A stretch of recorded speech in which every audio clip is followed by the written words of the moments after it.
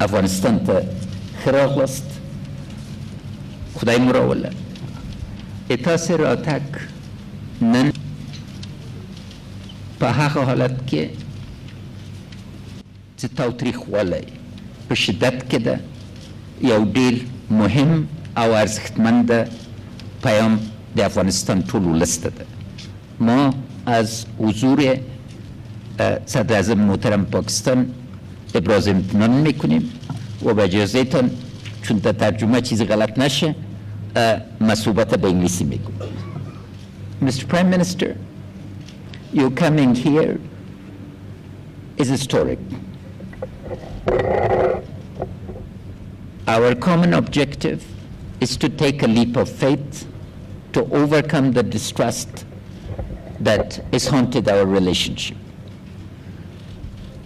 We've come to an understanding that a shared vision regarding cooperation is not only essential for relations between Pakistan and Afghanistan, but a harbinger of regional cooperation, connectivity. Our focus, our common focus, and what inspires us both is poverty eradication, empowerment of citizens of our countries within the frameworks of our Islamic constitutions, the Islamic Republic of Pakistan, the Islamic Republic of Afghanistan. Respect for our Prophet, peace be upon him, is in the blood and mind of every Muslim, and as I brought to your attention, over 1,000 years review of literature in our history shows nothing but respect. There is not a single joke that you can find, because the Prophet's life and his tradition, his seerah, embodies the perfect Muslim's behavior, and as a guide to all of us, I'd like to thank you and assure you of our cooperation in making sure that our Occidental counterparts understand that positive freedom and negative freedom need to be differentiated. Negative freedom is a freedom, the exercise of which hurts other people. And the place of our Prophet in our Islamic belief, culture, and civilization is such that respect for the Prophet is respect for the entire Muslim world. Mr. Prime Minister, you come with a series of very important messages that you yourself will articulate, but fundamental to this is that violence is not an answer. A comprehensive political settlement for an enduring peace within the framework of our values, our constitution, and the Islamic Republic is the way to the future. Within this, we can move forward, and a comprehensive, at the request of the Afghan people, is for a comprehensive ceasefire as soon as that would be feasible. All of us need to understand that resort to violence, the region is shown, and you're convinced from your personal experience, is not an answer. Embracing a constructive politics, a politics of engagement, an inclusive politics is the way to the future.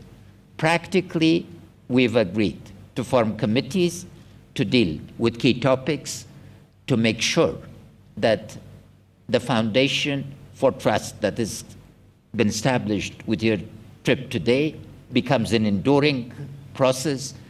And I would also like to inform the media that it would, within a short period, I would be honored to accept your invitation to visit the Islamic Republic of Pakistan. Thank you for coming, and thanks to all your colleagues for their very productive and constructive engagement. Mr. Prime Minister.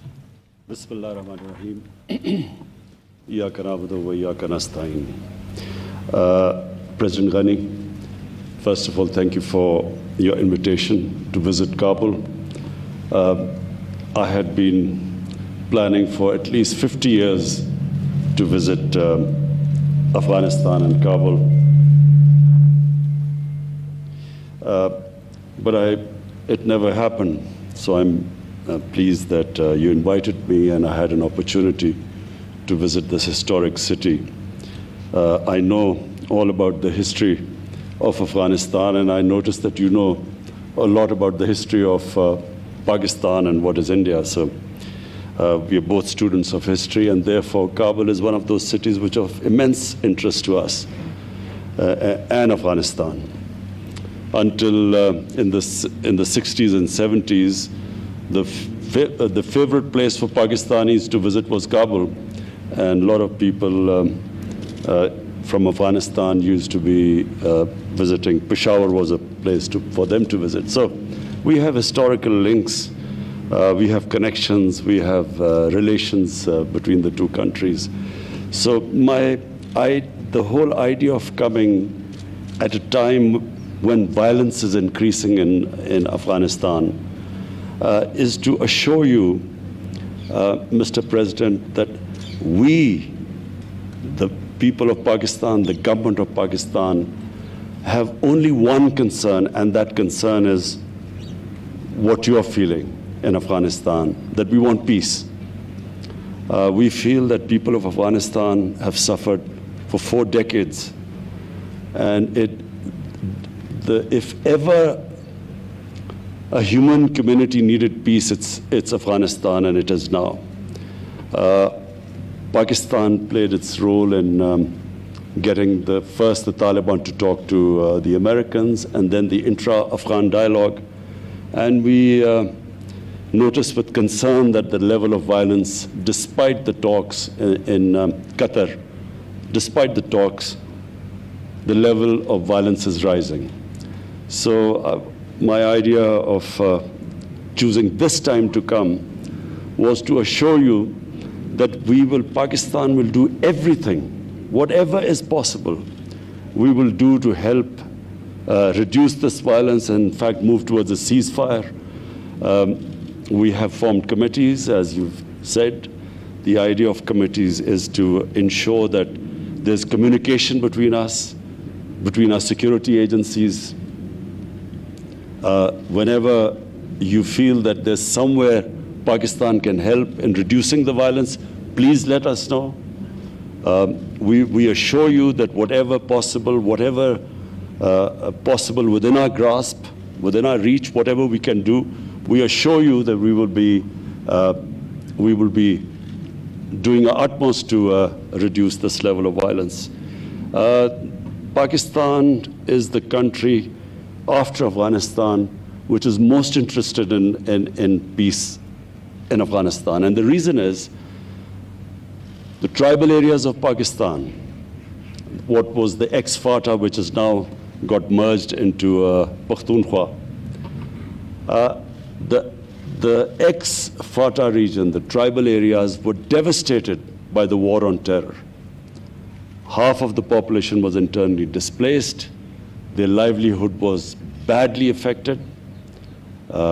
Billions and billions of rupees of damage was done there. And so the best way we can help those people, and people on both sides of the border, is if there is peace and there's trade, there's connectivity. So Commerce Minister had very fruitful talks in the past 3 days. We hope that this trade and connectivity will increase between the two countries. And for that, it is imperative that the level of violence goes down. So I repeat again, Mr. President, that the whole objective of this visit is to build trust, to communicate more, to assure you that wherever you need our help, we will be more than your expectations, we will be, inshallah, helping you. Thank you so much.